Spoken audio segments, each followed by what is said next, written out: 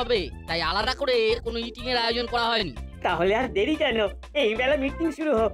আমার যে আর তর্স হয়েছে না। হ্যাঁ, আমারও একটু তাড়া আছে।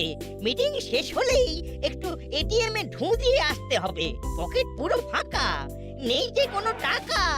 কি ব্যাপার বলুন তো করালি বাবু, এই মাসের মাঝে এটিএম এ যাওয়ার প্ল্যান করছেন? আর্জেন্ট ক্রাইসিস নাকি?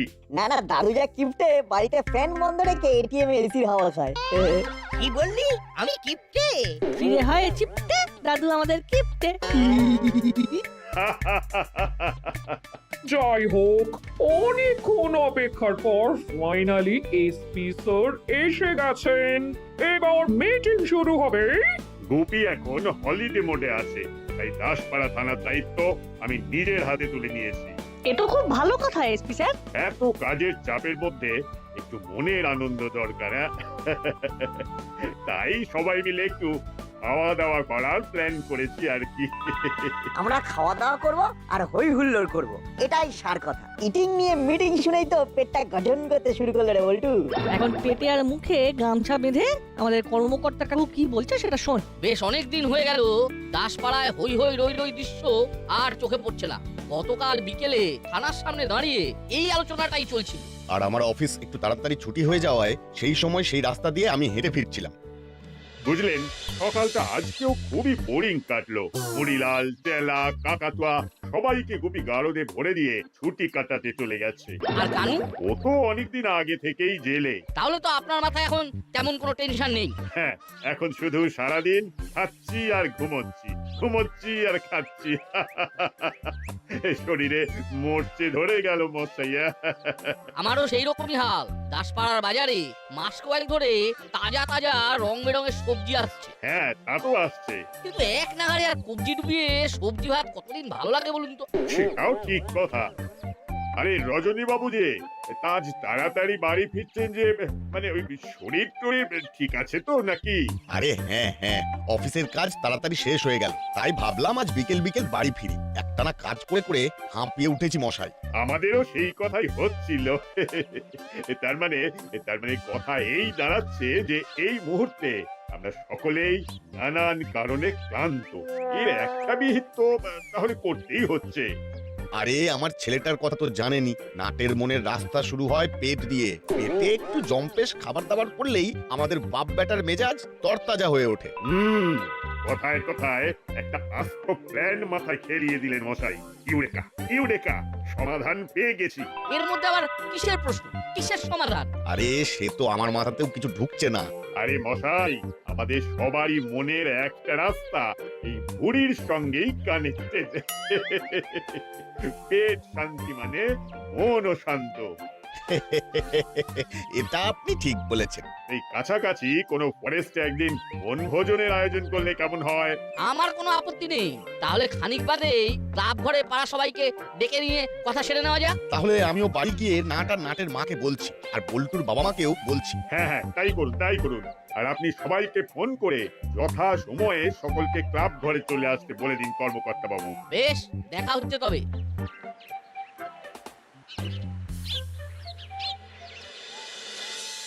ও আচ্ছা, এই কথা। তা বেশ বেশ, আমার কোনো আপত্তি নেই। সামনের রবিবারই হোক তবে। না না না, আমার আপত্তি আছে, আপত্তি আছে। আহা, পাড়ার সকলে মিলে এতদিন পর কোথায় হইচই করে জম্পেশ খাবার দাবার খাবো, হই হুল্লোড় করবো, এর মধ্যে আবার আপত্তি কিসের? আরে মিত্তি দিদি যখন বলছেন তখন নিশ্চয়ই ওনার কোনো সমস্যা আছে। বলুন দিদি। অনেকদিন বাড়িতে থেকে থেকে বোর হয়ে গেছি, তাই কর্তাকে বলেছি এই রবিবার আমাদের তিনজনের জন্য সমুদ্র সৈকতে যাওয়ার ট্রেনের টিকিট কেটে দিতে। আমি খুব দুঃখিত। এই দাদা, একদিনে দুটো অপশন, কোনটা ছেড়ে কোনটা খাই বলতো? আরে দাঁড়া দাঁড়া, মাথা ঠান্ডা কর। বেস্ট অপশনটাই কায়দা করে বেছে নিতে হবে, কি বুঝলি? আমি বলছি কি, বেড়াতে তো আমরাও বহুদিন কোথাও যাইনি। পিকনিক যখন হচ্ছেই তখন বাইরের কোনো পার্কে, জঙ্গলেও করা যেতে পারে। ভালো মন্দ খাওয়া দাওয়ার সাথে একটু ঘুরে বেড়ানো যাবে। ওই দেখ দাদা, এইবারের প্ল্যানটাই কিন্তু সলিড। মাসির সঙ্গে বেড়াতে গেলে সেই মাসির হাত ধরেই ঘুরে বেড়াতে হবে, তার থেকে পিকনিকই ভালো। ঠিক বলেছিস ফুলো। এই ভালো মন্দ খাওয়া দাওয়ার সুযোগ কোনোভাবেই হাত ছাড়া করতে ইচ্ছে করছে না রে ভাই। তখন দিকে বিড়বিড় করে কি এত আলোচনা করছো বলো তো তোমরা? বলো তোমরা কি যাও, সমুদ্র নাকি জঙ্গলে পিকনিক? হ্যাঁ বল। না মানে মাসি, আমরা আর কি বলবো, তুমি যা বলবে তাই হবে। আরে এই হলো, এসব কি বলছিস? মাসিকে বল যে আমরা পিকনিকে যাব। এই বাটালি, তুই আবার কি বলছিস হুলোকে? আমাকে বল তুই কি চাস? না মাসি, বলছি যে এই পাড়ার সবাই যখন পিকনিকে যাচ্ছে তখন সবাইকে ছেড়ে এইভাবে একা একা বেড়াতে যাওয়াটা কি ভালো দেখাবে? তাছাড়া সবাইকে ছেড়ে ঘুরে বেড়াতেও খুব কষ্ট হবে গো মাসি। তাহলে তাই হোক, আমরা সকলে মিলে একসঙ্গে পিকনিকে যাচ্ছি। তবে পিকনিক তো খেতাম আমাদের সময়ে, তখন দেশ সবে স্বাধীন হয়েছে। আমরা তখন যুবক, স্বাধীনতার আনন্দে আত্মহারা। আমরাও সেই আনন্দ উদযাপন করতে পাড়ার সকলে মিলে আয়োজন করলাম পিকনিকের, পাশের গ্রামের এক জঙ্গলে। তারপর সে কি ভয়ানক কাণ্ড! সেদিন এই করালি না থাকলে কি যে হতো! দেশ স্বাধীন হওয়ার সময় তুমি যদি যুবক হও তাহলে এখন তোমার বয়স কত গো? আমরা তো জানি 75+, কিন্তু লজিক খুঁজে পাচ্ছি না। যাই হোক, আচ্ছা দাদু, তুমি কি এমন করলে যে সবাই প্রাণে বেঁচে গেল? অত্যাধিক পাকা ছেলে দেখছি তোরা। বড়দের কথার মাঝে কথা না বললে তোদের ভাত হজম হয় না, নারে নাচ। এত বড় হলি কিন্তু কিছুই শিখলি না রে। আহা নাট বল্টু, করালি বাবু কি বলছেন আগে শুনি, তারপর কথা বল। হ্যাঁ, তারপর কি এমন হলো করালি বাবু যে আপনাকে সকলের প্রাণ রক্ষা দায়িত্ব নিতে হলো? তা দায়িত্ব নিতে হবে না? আমরা কি আর এই যুগের ছেলে মেয়েদের মতন অলস ছিলাম? আমরা অলস নই দাদু। আমরা ছিলাম 3 বেলা মুকুর ঘোরানো পালোয়ান। তা পিকনিকে সকলে পোলাও কোরমা খেয়ে হাত মুখ ধুয়ে কমলা লেবু খাচ্ছে। পুরো জঙ্গলে কোরমার গন্ধ একেবারে মো করছে। তারপর কোরমার গন্ধে ইংরেজ আমলে ডাকাত চলে এলো। আহা, ডাকাত এলে তবুও মেনে নিতাম। ওমা, দেখি জঙ্গল থেকে বেরিয়ে এলো আস্ত দুটো চিতাবাঘ। দাদু বলছি, এটা না বাড়াবাড়ি হয়ে গেল না মনে হচ্ছে একটু? হ্যাঁ, তার মানে আপনি কি বলতে চাইছেন? আপনি বাঘের সঙ্গে লড়াই করেছেন? না এ কি করে সম্ভব? আরে বাঘের সঙ্গে খামোখা মারপিট করতে যাব কেন? আমাদের শুধু শরীরের জোর ছিল না, ছিল বুদ্ধির জোরও। সেই দিক থেকে আমরাও অনেক এগিয়ে আছি করালি দাদু। সে যতই তুমি এই যুগের ছেলে মেয়েদের ইনসাল্ট করো না কেন। শুধু বুদ্ধি থাকলে হবে, আমাদের মতন ফিট বডিও প্রয়োজন, বুঝলি? ওই ফিট বডি দিয়ে যে কি দেশ উদ্ধার করেছো তা আমাদের জানা আছে। একজন কুমড়া আর একজন ঢেঁড়স, এই বডি নিয়ে তোরা আমাদের জাজ করিস। এই এই একদম আমাদের বডি নিয়ে উল্টো পাল্টা কথা বলবেন না, আমি বলে দিলাম। এই কেন বলবো না রে, কেন বলবো না? চুপ, একদম চুপ। করালি বাবু, আপনি কি বলছিলেন বলে যান। আর কি বলবো, হঠাৎ দেখি দুটো চিতাবাঘ। তারপর আমাকে দেখে ওরা ঘাবড়ে গিয়ে যেই না একটু এগিয়ে এসেছে, অমনি আমি পাশে থাকা একটা বড় স্টিলের গামলা তুলে সেটায় পেল্লাই এক খুন্তি দিয়ে ঢাকের মতন বাজাতে থাকলাম, আর বাঘের দিকে এগিয়ে যেতে থাকলাম। তারপর বাঘ ভয় পালালো। আর উপায় কি, আমাদের ওদের দিকে ওইভাবে আসতে দেখে ওদের আর পায় কি, ভয়ে এমন ছুট লাগালো যে বেচাদের ওই দিন আর আশেপাশে দেখা গেল না। বলি হরি আপনার করালি বাবু, সাবাস। সবই ঠিকই আছে, কিন্তু দাদু তোমার বয়স এখন যেন কত? কত আর এই 75+ হতে চললো, তবুও এখনো আছে তেমনি গায়ের জোর আর বুদ্ধির জোর। কিন্তু আমাদের দেশ স্বাধীন হয়েছে 78 বছর হলো। সেই হিসাব করলে সেই সময় তোমার বয়স ছিল 3 কি 4। না মানে মানে হিসেবে একটু গন্ডগোল করে ফেলেছি। একটু হিসেব করে দেখছি আমার বয়স এখন 85।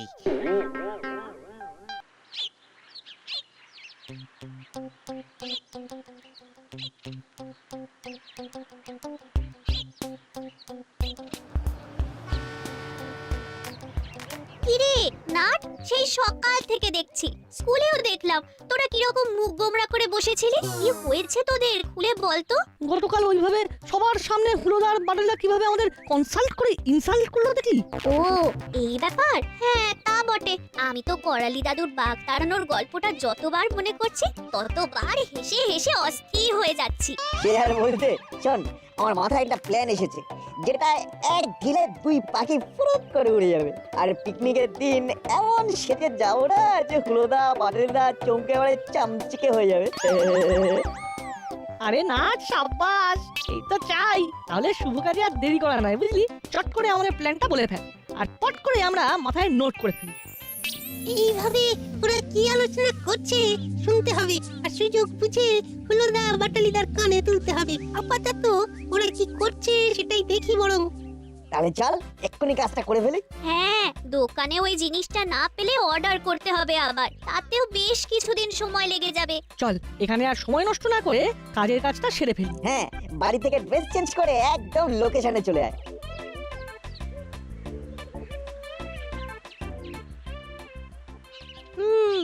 উমা, ওরা কোথায় যেন যাচ্ছে, না ওদেরকে চোখে চোখে রাখতে হবে।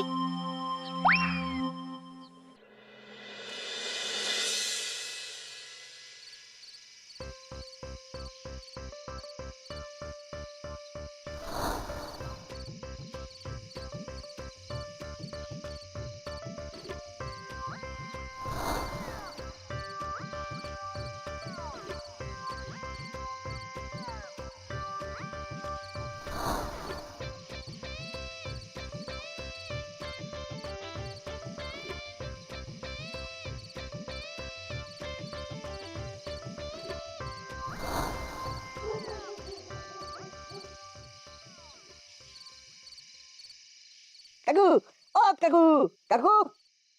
কি ছোকরা, কি দরকার, কি চাই? বাঘ চাই, বাঘ, সঙ্গে একটা শেয়ালও। এটা কি চিড়িয়াখানা পেয়েছো যে বাঘ শিয়াল চাইছো? বেকার সময় নষ্ট করো না।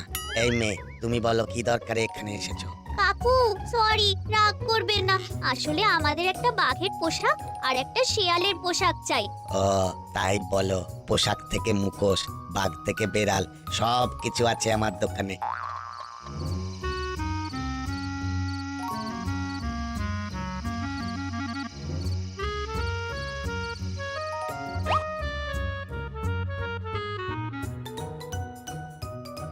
এই নাও দেখো। উফ, কি দেখালে কাকু, মন ভরে গেল। তাহলে চটপট এই দুটো পোশাক প্যাক করে রেখে দাও, আমরা ঠিক সময়ে এসে জিনিসটা পিক করে নেব। ওকে, টাটা কাকু, টাটা।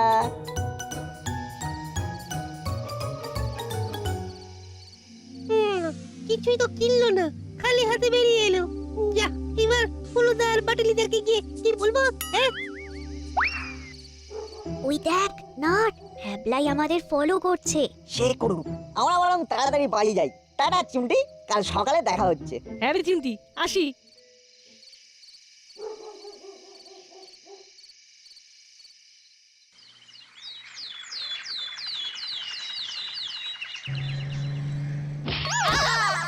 বাবা রে, কোমর গেল রে। আরে আরে সরি সরি করালি বাবু, এক্সট্রিমলি সরি। এইভাবে যাত্রার শুরুতেই বিপদ। ওরে বাবা রে, না জানে আজ কপালে কি কি আছে। ওই দেখ দাদা, বিচ্ছু দুটো সেই তখন থেকে সাজগোজ করেই যাচ্ছে। দেখ দেখ, এমন চকচকে জামা কাপড় পরেছে দুজনে। সেই তো দেখছি, কাল মাসিকে কতবার বললাম যে আমাদের দুটো নতুন জামা আলমারি থেকে বের করে দাও, কিছুতেই দিল না। আর দেখ এই বিচ্ছু দুটো কেমন মাঞ্জা দিয়ে এসেছে। শুনলি না, সেদিন ভ্যাবলাই বললো ওরা পাশের পাড়ায় সাজঘরে গেছিল, মনে হয় সার্কাসের ড্রেস দুটো সেখান থেকে কিনেছে। দেখ পুরো জোকার লাগছে। আমাদের সময়ের কথা আজকালকার ছেলে মেয়েরা বিশ্বাস করে না। আহা, এই আপনি কি বলছেন? ওরা বাচ্চা ছেলে, সেদিন কি বলতে কি বলে ফেলেছে, ওদের হয়ে আমরা ক্ষমা চেয়ে নিচ্ছি। সেসব তো বুঝলাম, এখন এইসব বাদ দিয়ে আমরা করালি বাবুর আরো কিছু অভিজ্ঞতার কথা শুনি, কি বলো? বুঝলি নাট বল্টু, তোদের মতন বয়সে আমার ছিল একদম সিক্স প্যাক। পাড়ার সব ছেলেপুলেরা মিলে আমরা শরীর চর্চা করতাম নিয়মিত। একবার আমাদের খেলার মাঠে এসে গেল এক মস্ত বড় সাপ। কোন সাপ দাদু? পাইথন? আচ্ছা দাদু, পাইথন সব কি ম্যারাথনে দৌড়াতে পারে? এই তোদের আবার শুরু হলো। চুপ চুপ, একদম চুপ। আহা, আজকের দিনে ওদের বকবেন না, ওরাই তো আজকে আনন্দ করবে। আজ ওদের ক্ষমা করার দিন, কি বলিস নাটবল্টু? একদম ঠিক। আচ্ছা করেলি দাদু, তারপর কি হলো? এই তখন সন্ধ্যা হয়ে গেছে, শীতের সন্ধ্যা। আমি বসে আছি মাঠের ধারে। সেই সময় দেখি আমার ঘাড়ের ওপর কিছু একটা পড়লো। তারপর একেবারে সোজা ঘাড়ের উপরে পাইথন? না মানে করালি বাবু, এটা একটু বাড়াবাড়ির দিকে চলে যাচ্ছে না? আরে ধুর, কি বলছেন মশাই? আমাদের সময়ে এইসব পাইথন টাইথন গুয়ের বালি। ওই দেখ, করেলি দাদু আবার শুরু করে দিয়েছে। বাপরে, মাথা ধরে গেল। চল কানে হেডফোন গুঁজে চুপচাপ একটু রেস্ট নি, পৌঁছে অনেক কাজ। সে আর বলতে, চল সেটাই কই।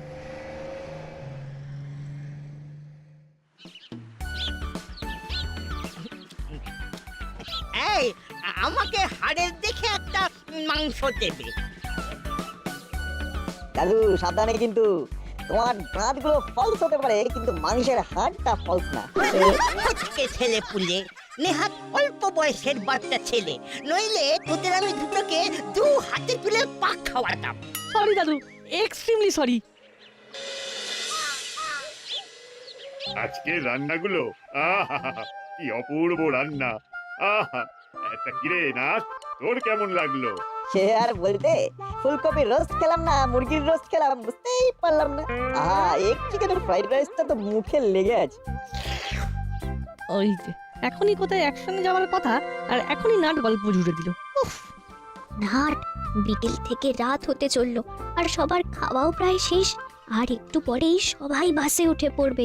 যা করার এক্ষুনি করতে হবে। আমরা হলাম এই যুগের শ্রেষ্ঠ দাসপাড়া খ্যাত ম্যাজিশিয়ান। তুই শুধু 1 থেকে 20 গোনা, দেখ কি হয়। বেশ, তাই করছি।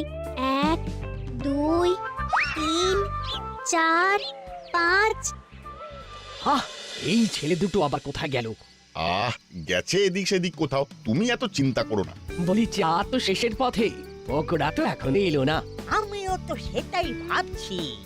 চায়ের সঙ্গে চা না থাকলে কি আর পিকনিকের সন্ধ্যা জমে?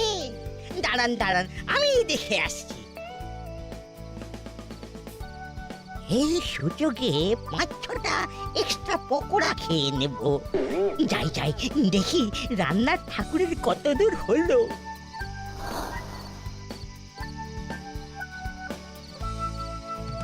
না, এই দিকে কেউ নেই। গরম গরম পেঁয়াজের পকোড়া, চটপট খেয়ে নি, নইলে ঠান্ডা হয়ে যাবে।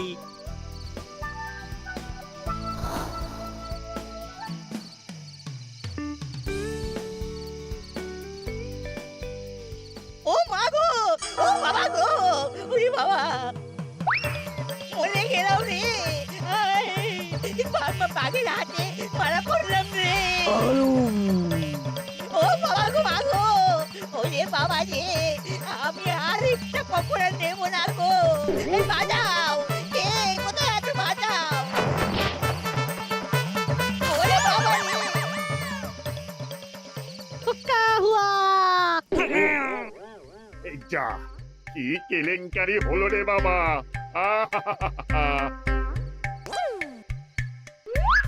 আরে করালি বাবু, আপনি এমন দৌড়ে দৌড়ে ডালের গামলা এসে পড়লেন কেন? না মেনে নিচ্ছি, রান্নার ঠাকুর দুর্দান্ত বানিয়েছিল ডালটা, তাই আপনি 5 বার ডাল চেয়ে খেলেন। আপনি বাকি ডালটাও খেতে চান, এটা বলতেই পারতেন। বাঘ, শিয়াল, বাঘ, শিয়াল আমাকে তাড়া করেছে, আমাকে খাবে। ওরে ওরে মা গো। সবাই মানুষ দাদু, কেউ তোমাকে খাবে না। তুমি এক্সট্রা পকোড়া কায়দা করে নিলে, কিন্তু খেতে পারলে না। So sad. ভাগা তোরা, তোরা বাঘ শিয়াল খেতে আমাকে তাড়া করলি। কি হলো এবার দাদু? তুমি তোমার দীর্ঘ জীবনে এত বাঘ চিতাবাঘ জব্দ করলে, শেষে কিনা নকল বাঘ শিয়াল থেকে চোখে একেবারে শস্যের ফুল থেকে ফেললে। না না, এটা তো তোমার কাছ থেকে আশা করিনি দাদু। কি করালি বাবু, তার মানে সেদিন ক্লাব ঘরে যা যা বললেন ওগুলো সব গল্প ছিল? না মানে গল্প ছাড়া আর কিছুই না। দাদুর বয়সের মধ্যে জল মেশানো থেকে ওই গুল দেওয়া গল্প আরো স্পষ্ট হয়ে ওঠে। তোদের বুদ্ধির কোনো সীমা নেই নাট বল্টু, শেষে কিনা এইভাবে। শেষ বয়সে এসে একই সব সহ্য করতে হচ্ছে ঠাকুর। তোদের আমি দেখে নেব নাট বল্টু। তুমি আগে নিজেকে দেখো দাদু, পুরো ডাল মাখানি। ভুল করে তেলে ছাড়লেই ডাল বড়া হয়ে যাবে। তবে রে Ha ha ha ha!